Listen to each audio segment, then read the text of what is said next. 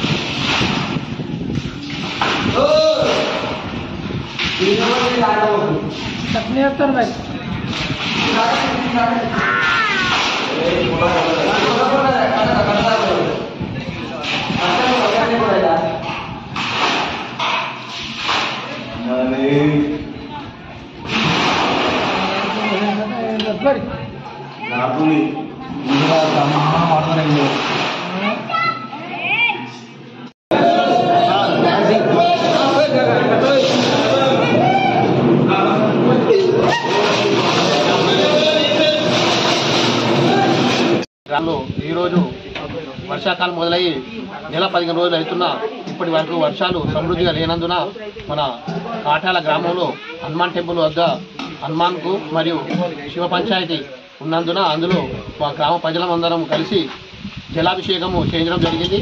అలాగే ఆషాఢ మాసం సందర్భంగా శనివారం రోజు ఈరోజు జలాభిషేకం చేయడము, రేపు ఆదివారం రోజు వనభోజనాలకు వెళ్ళడం కూడా నిర్వహించుకున్నాం. కాబట్టి అందరికీ ఈ పూజ చేయడం వల్ల అందరికీ ఫలితం కలగాలని, సమృద్ధిగా వర్షాలు కురవాలని కోరుకుంటూ ఈ ఆంజనేయ స్వామికి అభిషేకం చేయడం జరిగింది. జై